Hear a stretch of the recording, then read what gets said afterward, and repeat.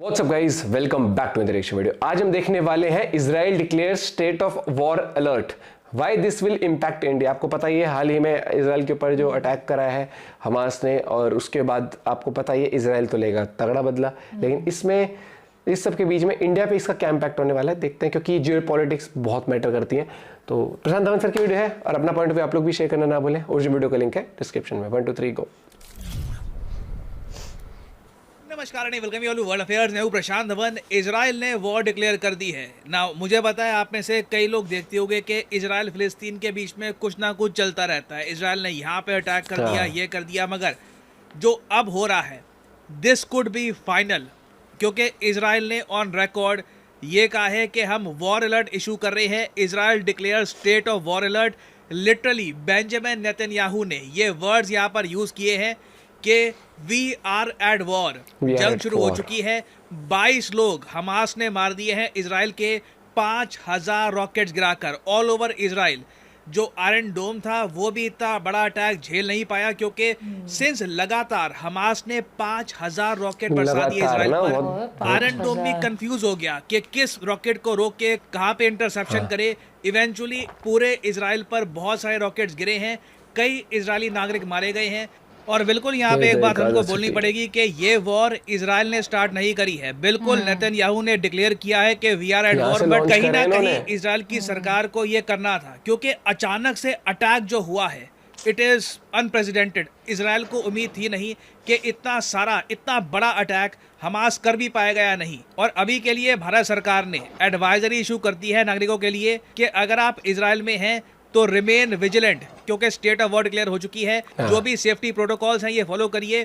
मैं आपको बता दूं आज के समय कई इंडियंस हैं वो इजराइल में काम करने के लिए भी जा रहे हैं, जिसका प्रोसेस धीरे धीरे स्टार्ट हो चुका है। तो ये एडवाइजरी इशू करना इंडिया के लिए बहुत ही इंपॉर्टेंट था ना। मुझे यहाँ पर ये भी ऐड करना पड़ेगा कि इस सब का इम्पैक्ट इंडिया पे सिर्फ इतना नहीं पड़ने वाला कि इंडिया के नागरिक हैं बहुत सारे इजराइल में, उनकी सेफ्टी की हमको चिंता है।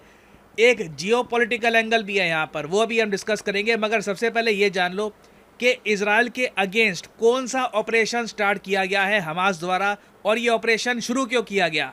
ओके, तो यहाँ पर आप देख पाओगे लिखा है अल अक्सा स्टॉर्म। ये वो ऑपरेशन है जो इजराइल के अगेंस्ट स्टार्ट किया है हमास द्वारा।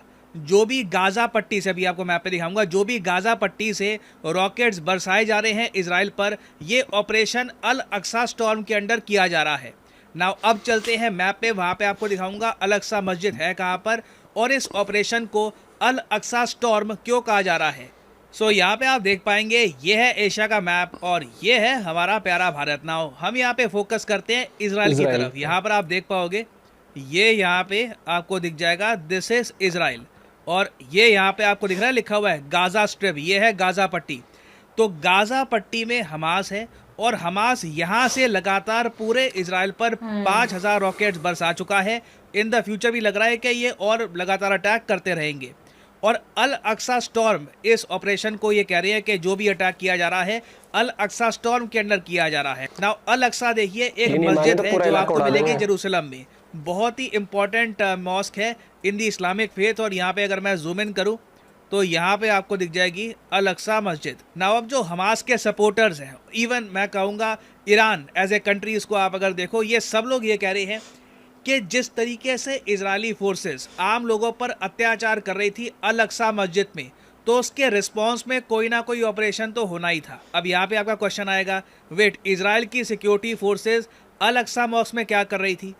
पिछले कई महीनों से लगातार हमने रिपोर्ट्स देखी है कि अल अक्सा मस्जिद में लोग थे, इजराइल की सिक्योरिटी फोर्सेस आती है, उनको पीट के चली जाती है। कई वीडियोस आई हैं जहां पर औरतों को पीटा जा रहा है। और अगेन देखो दोनों तरफ के अलग आर्ग्यूमेंट्स आपको मिलेंगे।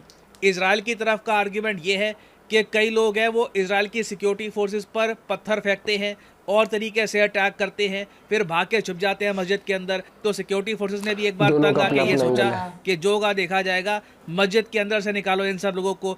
तो काफ़ी बार हमने देखा है पिछले कुछ महीनों में कि अल अक्सा मॉस्क में टीयर गैस फेंकी गई, काफ़ी वायलेंस हुआ। तो ये जो इंसिडेंट्स ओवर द टाइम लगातार हो रहे थे ना, हमास ने कहा है कि बस अब हम इसको सहन नहीं कर सकते, हम अल अक्सा मॉस्क का बदला लेंगे। और इसीलिए ये लोग कह रहे हैं कि इन्होंने ऑपरेशन अल अक्सा स्टॉर्म स्टार्ट कर दिया। नाउ स्टार्ट तो ऑपरेशन इन्होंने कर दिया है, मगर इजराइल ने जो डिक्लेरेशन ऑफ वॉर कर दी है ना, इससे कोई बड़ी बात नहीं है कि गाजा पट्टी पर हैवी बॉम्बिंग की जाए और ऑल टुगेदर इस पूरे रीजन का मैप ट्रांसफॉर्म भी हो जाए। अब यहाँ पे आपका क्वेश्चन आएगा कि इससे मैप ऑल टुगेदर चेंज कैसे हो सकता है। देखिए, जो लेवल है ना इस पूरे ऑपरेशन का, जो इजराइल के अगेंस्ट लॉन्च किया गया है हमास द्वारा, ऑपरेशन अलग सा स्टॉर्म जैसा अटैक मैंने इजराइल पर कई सालों से नहीं देखा। मेरे ख्याल से पिछले एक दशक में इतना बड़ा अटैक इजराइल पे नहीं हुआ है। तो उसके रिस्पॉन्स में मैं कहूँगा बहुत ज़्यादा स्ट्रॉन्ग पॉसिबिलिटी है कि बचा कुचा जो फिलिस्तीन है इसका बड़ा हिस्सा इजराइल और कब्जा ले। ये बात आप सबको पता होगी कि इजराइल और फिलिस्तीन 1947 के आसपास ऐसे हुआ करते थे। ये जो वाइट पार्ट है ये इजराइल का था, जो ग्रीन पार्ट है ये फिलिस्तीन का था।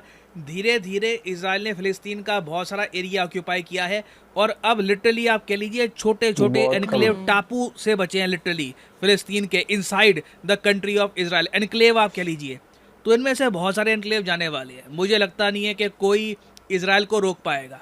और मैंने आपको थोड़ा सा ना एक संकेत दे दिया था कि ये हो जाएगा जब मैंने कुछ हफ्ते पहले एक वीडियो बनाई थी जहाँ पे दिखाया था कि इजराइल के जो प्राइम मिनिस्टर है बेंजामिन नेतन्याहू, इन्होंने आईमैक के बारे में यूएन के सामने एक फोटो दिखाई थी और उसके बाद एक रिपोर्ट ये भी आई थी कि सऊदी अरेबिया यूएसए के साथ एक डील को लेकर मान गया है कि फिलिस्तीन के साथ जो करना है आप करो, उसके बदले में हमें बस सिक्योरिटी प्रोवाइड कर दो, ये इंश्योर करो कि हम पे कोई अटैक होगा नहीं।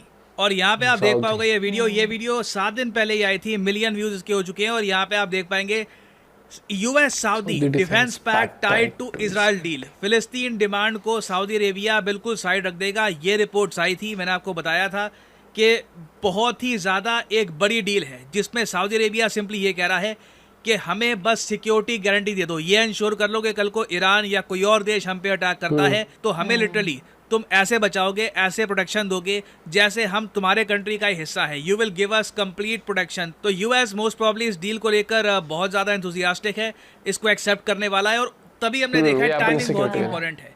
इस डील के कंप्लीशन से पहले, फाइनलाइजेशन से पहले ही हमास ने एक बड़ा अटैक कर दिया इजराइल पर। ऑलमोस्ट आप कह लो इजराइल को पुश कर दिया है वॉर की तरफ कि हम पे अटैक करो, वॉर स्टार्ट करो, हम तुमसे लड़ना चाहते हैं। इससे डेफिनेटली सऊदी अरेबिया यूएस का जो डिफेंस पैक्ट है जिस पर बातचीत चल रही है, इस पर बहुत ज़्यादा प्रेशर आ जाएगा और इस सब का काफ़ी नेगेटिव इम्पैक्ट इंडिया पे आ सकता है। आप पूछेंगे कैसे आएगा? आपने रिसेंटली आईमैक के बारे में सुना होगा, India middle east Europe corridor. ये जो कॉरिडोर है इसके पीछे ना मेन जो बैकबोन है इसकी, वो रहेगी इजराइल सऊदी अरेबिया की कोऑपरेशन, क्योंकि ये कॉरिडोर इंडिया से स्टार्ट होगा, सऊदी अरेबिया में जाएगा, फिर इजराइल से गुजरेगा, ये पहुंचेगा यूरोप में। अगर सऊदी अरेबिया और इजराइल के बीच में ही रिलेशंस ठीक नहीं हुए तो ये कॉरिडोर प्रॉपरली बन भी नहीं पाएगा। तो आप समझ रहे हैं यहाँ पर इशू क्या है। इजराइल जब हैवी बॉम्बिंग करेगा फिलिस्तीन की, तो जो इस्लामिक कंट्रीज़ हैं, पाकिस्तान, ईरान और वेरियस और इस्लामिक कंट्रीज़ हैं, इजिप्ट, ये सब सऊदी अरेबिया को कहेंगे कि आप एक्शन लो इजराइल के अगेंस्ट, इनके साथ कोई कॉरिडोर बिल्ड मत करना। और अगर मान लो कल को सऊदी अरेबिया कुछ प्लान कर भी रहा था कि इजराइल के साथ हम रिलेशंस नॉर्मलाइज करेंगे, इजराइल को हम एक्सेप्ट करेंगे एज ए कंट्री, ये सब डिले हो सकता है। तो अगेन इसके जियोपॉलिटिकल रेमिफिकेशंस बहुत सारे हैं। और मैं सरप्राइज नहीं होऊंगा कि हमास ने जो जियोपॉलिटिकल समीकरण बन रहे थे, इन सब को देख के ही इस वक्त अटैक किया है। नहीं तो अल-अक्सा मॉस्क पर जो भी आप कह लीजिए अत्याचार इजराइल कर रहा था, ये 1-1.5 साल से लगातार चल रहा था। मगर अटैक हमास ने इजराइल पर तभी किया है जब आईमैक कॉरिडोर की अनाउंसमेंट हो गई थी और US Saudi Arabia defence pact की भी बात चल रही थी। तो क्लियरली यहाँ पे एक लार्जर जियोपॉलिटिकल गेम खेला जा रहा है और अब देखना होगा कि इजराइल कितने बड़े स्केल पर रिस्पॉन्ड करेगा। तो इस टॉपिक से रिलेटेड देखिए अभी बहुत सी डेवलपमेंट्स आएंगी, मैं आपके लिए बाद में अपडेटेड वीडियोस लाता रहूँगा। और ये बहुत बड़े लेवल पर जाएगा, मुझे कहीं ना कहीं ऐसा लग रहा है। और इजराइल अगर अब पूरी अपनी क्षमता पर आ गया तो वो बहुत काफी एरिया को कर देगा। वहाँ हैवी बॉम्बिंग जो बात हुई है वो चीज़ होगी वहाँ पर, फिर मुझे लग रहा है ये टेक्नोलॉजी है, हर चीज़ एडवांस्ड है वो। और प्लस दूसरा वो अपनी सिक्योरिटी को लेके बहुत उस पर रहता है और एकदम से उनको अनएक्सपेक्टेड था, प्लस 5000 एक साथ फायर कर दिए रॉकेट, तो उस वजह से सिस्टम भी कंफ्यूज हो जाता है थोड़ा सा, किससे टैकल करना है, किसको रोकना है। तो 100, 150, 500 फिर भी 5000 उस टाइम में लगातार। तो इसका तो अंजाम बहुत तगड़ा अभी होगा। और देखो हर चीज़ के दो पहलू होते हैं। अब वो मॉस्क में सिक्योरिटी जा रही है, जो कुछ भी हो, क्या वो अत्याचार कर रहे थे या वहाँ के लोग इनसे बदतमीजी कर रहे थे, क्या वो दो पहलू होते हैं, उस चीज़ के ऊपर हम क्वेश्चन नहीं करते। लेकिन रात को सोते सोते इतना बड़ा करा है तो कोई कंट्री अपनी सिक्योरिटी से खिलवाड़ होने देगी नहीं। और वही वाली बात है कि सीधा एक्शन लिया जाता है तभी वो चीज़ शांत हो सकती है। अब देखते हैं, इंटरेस्टिंग रहेगा इसके ऊपर सऊदी अरेबिया का क्या रिएक्शन आता है, क्योंकि अभी तक उनकी जो पैक्ट है अमेरिका के साथ वो डील साइन नहीं हुई है, ये वाली बात है। और वो जो IMEC है, जो कॉरिडोर बन रहा है ट्रेड के लिए, वो भी इफेक्ट हो सकता है। तो चीज़ें वही मैं कहता हूँ, जियोपॉलिटिक्स जो सिनेरियो होता है ना, जियोपॉलिटिक्स में बहुत चीज़ें मैटर करती हैं और किसी कंट्री में क्या हो रहा है वो भी आपकी कंट्री पर अफेक्ट कर सकता है किसी ना किसी तरीके से। और इसी ने बताया था मेरे को, नुसरत भी वहीं पर थी, तो काफ़ी लोग हैं, लेकिन सिक्योरिटी प्रोटोकॉल हर चीज़ फॉलो करनी चाहिए। और भाई फिर भी मैं यही कहूँगा, this is not an era of war. आप अपना पॉइंट ऑफ व्यू शेयर कर सकते हैं, लेकिन वही है ना कि इंसान के अंदर जो ग्रीड होती है, लालच होता है, जो जलन होती है, जो नफरत होती है, वो किसी न किसी तरीके से रहती है। और वो खत्म हो गई तो फिर हम रोबोट ही बन गए। ये भी है। लेकिन थोड़ा सा हमें as a human being humanity के लिए भी सोचना चाहिए। अपना पॉइंट ऑफ व्यू आप लोग शेयर करना, जो भी लेटेस्ट अपडेट आता है हम भी आप लोग के लिए लाएंगे। Bye bye, take care.